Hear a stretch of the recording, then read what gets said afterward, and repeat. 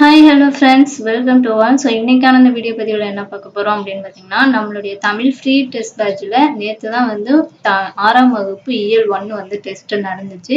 So நிறையா நண்பர்கள் வந்து அந்த டெஸ்ட்டை வந்து நல்லபடியாகவே அட்டன் பண்ணிங்க, நல்ல மார்க்கும் வந்து எடுத்திருந்தீங்க. ஸோ இதில் ஒரு சில பேர் வந்து நிறைய டவுட்டும் கேட்டிருந்தீங்க. ஸோ அந்த டவுட்டுக்கான கிளாரிஃபிகேஷனுக்கான ஒரு வீடியோ தான் இது. ஸோ அதனால வந்து இந்த வீடியோவை முழுமையாக பாருங்கள். ஸோ நீங்கள் கேட்ட எல்லா டவுட்டுக்கும் நான் இதில் வந்து விளக்கம் கொடுத்துருக்கேன். ஸோ அதனால வீடியோவை முழுமையாக பாருங்கள். திரும்ப திரும்ப அந்த கேட்ட சந்தேகத்தையே வந்து திரும்ப திரும்ப கேட்காதீங்க. ஸோ அதனால வந்து வீடியோவை முழுமையாக பாருங்கள். ஸோ வீடியோக்குள்ளே போகிறதுக்கு முன்னாடி நம்மளுடைய இந்த தமிழ் ஃப்ரீ டெஸ்ட் பேட்சில் நீங்கள் இன்னும் ஜாயின் பண்ணாமல் இருந்தீங்கன்னா டிஸ்கிரிப்ஷனில் டெலிகிராம் சேனல் லிங்க் இருக்கும், ஜாயின் பண்ணிக்கோங்க. மறக்காமல் நம்ம சேனலையும் சப்ஸ்கிரைப் பண்ணிக்கோங்க.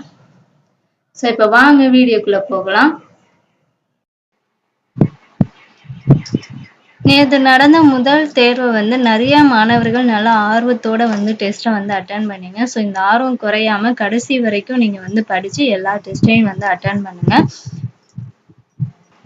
ஸோ அப்பதான் வந்து தமிழ்ல நம்ம அதிக மார்க் எடுக்கிறதுக்கான வாய்ப்பு வந்து நிறைய இருக்கு. ஸோ அதனால வந்து இதே ஆர்வத்தோட தினமும் நாங்க கொடுக்கக்கூடிய டெஸ்ட் எல்லாத்தையுமே வந்து படிச்சு நல்லபடியா எழுதுங்க. ஸோ ஃபர்ஸ்ட் வந்து எல்லாரும் என்ன கேட்குறீங்கன்னா, ரேங்க் லிஸ்ட் வந்து கொடுப்பீங்களா, டெஸ்ட்டுக்கு வந்து ரேங்க் லிஸ்ட் வந்து கொடுப்பீங்களா அப்படின்னு சொல்லி கேட்டிருந்தீங்க. ஸோ நான் ஆல்ரெடி சொன்னேன், டெஸ்ட் எழுதி முடிச்சதுக்கப்புறம் கமெண்ட் செக்ஷனில் உங்களுடைய நேம், டிஸ்ட்ரிக்ட் ப்ளஸ் வந்து நீங்கள் எவ்வளோ மார்க் எடுத்தீங்க அப்படிங்கிறத கமெண்ட் பண்ணுங்க அப்படின்னு சொல்லியிருந்தேன்.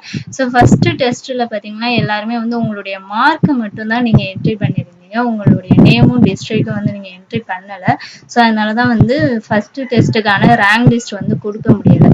ஓகேங்களா. ஸோ அதனால வந்து இனிமே எழுதக்கூடிய எல்லா டெஸ்ட்டுக்கும் வந்து உங்களுடைய நேம், டிஸ்ட்ரிக்ட் ப்ளஸ் வந்து நீங்கள் எவ்வளோ மார்க் எடுத்திருக்கீங்க அப்படிங்கிறத கமெண்ட் பண்ணுங்க. ஸோ அப்போதான் வந்து என்னால் ரேங்க் லிஸ்ட் வந்து கொடுக்க முடியும். அதனால வந்து இனிமேல் நேமும் டிஸ்ட்ரிக்ட் ப்ளஸ் உங்களுடைய டோட்டல் மார்க் எவ்வளோ அப்படிங்கிறத மறக்காம கமெண்ட் பண்ணிடுங்க. ஏன்னா நம்மளுடைய டெஸ்ட்டை வந்து 100 பேரோ 1000 பேரோ வந்து எழுதக்கூடியவங்க கிடையாது. ஸோ 20 பேர் 30 பேர் தான் வந்து ரெகுலராக வந்து ஃபாலோ பண்ணுறீங்க, கரெக்டாக ஃபாலோ பண்ணுறீங்க. ஸோ அதனால் வந்து ரேங்க் லிஸ்ட்டு கொடுக்குறதுக்கு வந்து ஒன்றும் கஷ்டமாக இருக்காது.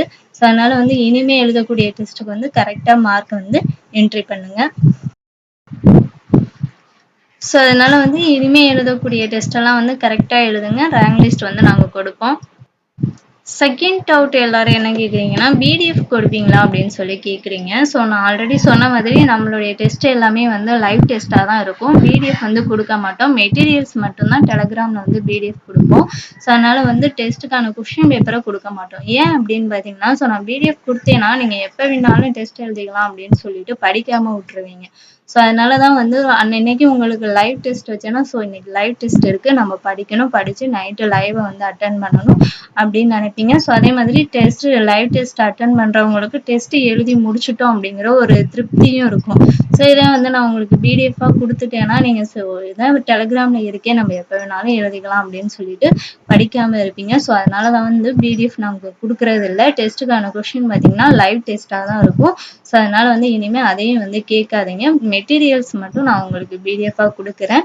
ஸோ அதனால வந்து முடிஞ்ச அளவுக்கு படிச்சுட்டு லைவை வந்து அட்டன் பண்ண பாருங்க.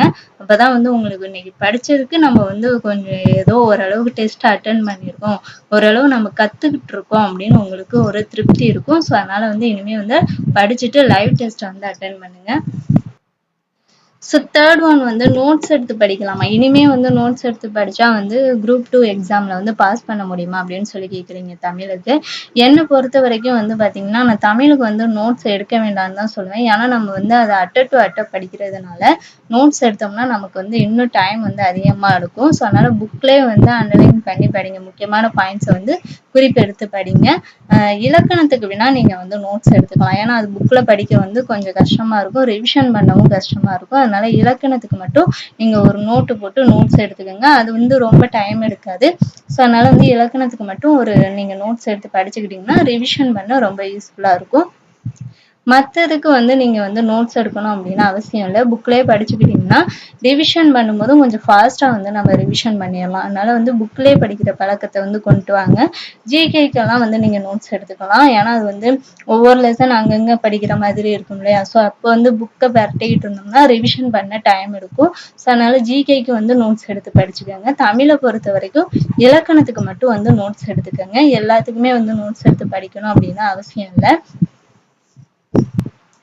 ஸோ எப்படி வந்து இலக்கணம் நோட்ஸ் எடுக்கணும் ப்ளஸ் வந்து ஒரு இயலை வந்து எப்படி படிக்கணும் அப்படிங்கிற ஒரு வீடியோ வந்து நான் உங்களுக்கு நெக்ஸ்ட் வீடியோவில் கொடுக்குறேன். ஸோ அதை பார்த்தீங்கன்னா உங்களுக்கு ஒரு ஐடியா கிடைச்சிரும்.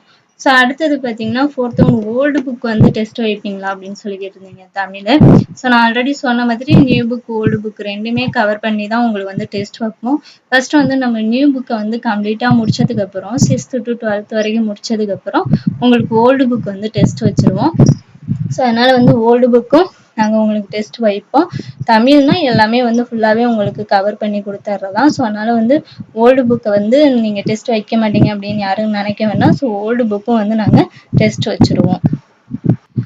ஸோ அடுத்து 5th ஒன் கடைசி வரைக்கும் பேட்சை வந்து நீங்கள் கண்டினியூவாக கொண்டு போவீங்களா அப்படின்னு சொல்லி ஒரு சில பேர் கேட்டிருந்தீங்க. ஸோ உங்களுடைய சப்போர்ட் இருந்துச்சுன்னா கடைசி வரைக்குமே வந்து பேட்சை வந்து கொண்டுட்டு போகலாங்க. ஸோ ஒரு சில பேர் வந்து நல்லா ஆர்வத்தோட வந்து டெஸ்ட் அட்டன் பண்ணுறீங்க. நேற்று நடந்த லைவ் டெஸ்ட்லேயே பார்த்தோம். ஸோ அதனால் வந்து இந்த ஆர்வம் உங்களுக்கு கடைசி வரைக்கும் இருந்துச்சுன்னா நாங்களும் கடைசி வரைக்கும் இந்த டெஸ்ட் பேட்சை வந்து கொண்டுட்டு போவோம். ஸோ இன்னும் நிறைய பேர் வந்து பேமெண்ட் பேட்ச் எல்லாம் இருக்கு. ஸோ அதுல எல்லாம் ஜாயின் பண்ணி நாங்க படிக்கிறதுக்கு விருப்பப்படுறோம் அப்படின்னு நீங்க நினைச்சாலும் தாராளமா படிச்சுக்கலாம். ஒன்றும் பிரச்சனை இல்லை. ஸோ ஒரு சில பேருக்கு வந்து அந்த மாதிரி ஒரு பேமெண்ட் பண்ணி படிக்க முடியாதவங்களுக்கு இந்த மாதிரி ஒரு ஃப்ரீ டெஸ்ட் பேட்ச் வந்து ரொம்ப யூஸ்ஃபுல்லா இருக்கும். ஸோ அந்த நோக்கத்தோட தான் நாங்க இந்த டெஸ்ட் பேட்ச் வந்து ஸ்டார்ட் பண்ணியிருக்கோம். ஸோ அதனால உங்களுடைய சப்போர்ட் இருந்துச்சுன்னா இதை வந்து நாங்க கடைசி வரைக்குமே கொண்டு போவோம். ஸோ எங்களுடைய நோக்கம் எக்ஸாம் முடிஞ்சதுக்கு அப்புறம் ஸோ உங்களுடைய டெஸ்டெல்லாம் எங்களுக்கு ரொம்ப யூஸ்ஃபுல்லாக இருந்துச்சு. ஸோ அதனால தான் வந்து மார்க் அதிகமாக எடுக்க முடிஞ்சிச்சு அப்படின்னு யாராவது ஒருத்தங்க கமெண்ட் பண்ணுவாங்க, ஃபீட்பேக் கொடுப்பாங்க அப்படிங்கிற ஒரு நம்பிக்கையில தான் இந்த டெஸ்ட் பேட்சை வந்து நாங்கள் கொண்டுட்டு போகிறோம். ஸோ அதனால வந்து உங்களுடைய சப்போர்ட் இருக்கணும். இதை திரும்ப திரும்ப கேட்டுக்கிட்டு இருந்தீங்கன்னா நாங்கள் அப்படியே டவுன் ஆயிடுவோம். ஸோ அதனால வந்து இந்த இதையும் வந்து நீங்கள் அதிகமாக கேட்காதீங்க. ஸோ நீங்கள் எந்த அளவுக்கு வந்து ஒரு நம்பிக்கையோட இருக்கீங்களோ அதே நம்பிக்கையோட நாங்களும் இந்த டெஸ்ட் பேட்ச் வந்து கொண்டுட்டு போவோம். ஸோ அதனால வந்து யாரும் வந்து பயப்பட வேண்டாம். கடைசி வரைக்குமே இந்த டெஸ்ட் பேட்ச் வந்து நாங்கள் கொண்டுட்டு போவோம். அப்படியே ஒரு சில டெஸ்ட் வந்து உங்களுக்கு லைவ் வைக்க முடியலைனாலும் அந்த டெஸ்ட்டுக்கான கொஸ்டினை வந்து நாங்கள் டெலகிராமில் சென்ட் பண்ணிடுவோம். ஸோ அந்த டெஸ்ட்டை நீங்கள் எழுதி பார்த்துருங்க. ஸோ அதனால வந்து டெஸ்ட்டை வைக்காமையும் இருக்க மாட்டோம். டெஸ்ட்டை வந்து கண்டிப்பாக வச்சுருவோம். லைவை முடிஞ்ச அளவுக்கு அட்டன் பண்ணுங்க. ஸோ நேற்று நடந்த டெஸ்ட்டோட கொஷின் வந்து எப்படி இருந்துச்சு, உங்களுக்கு வந்து ரொம்ப யூஸ்ஃபுல்லாக இருந்துச்சு அப்படிங்கிறதையும் கமெண்ட் பண்ணுங்கன்னு சொல்லி கேட்டிருந்தேன். ஸோ ஒரு சில பேர் வந்து கமெண்ட் பண்ணுங்க, ஒரு சில பேர் கமெண்ட் பண்ணலை. ஸோ டெஸ்ட் வந்து கொஷின் எப்படி இருந்துச்சு அப்படிங்கிறதையும் இந்த வீடியோ கீழே கமெண்ட் பண்ணிடுங்க. ஸோ இந்த டெஸ்ட்டெல்லாம் உங்களுக்கு யூஸ்ஃபுல்லாக இருந்துச்சா அப்படிங்கிறதையும் மறக்காமல் கமெண்ட் பண்ணிடுங்க. ஸோ இந்த டவுட்டு தான் வந்து அதிகமாக நம்மளுடைய நண்பர்கள் வந்து கேட்டுக்கிட்டு இருந்தீங்க. ஸோ இப்போ உங்களுக்கு வந்து ஒரு டவுட்டுக்கான கிளாரிஃபிகேஷன் கிடச்சிருக்கும் அப்படின்னு நினைக்கிறேன்.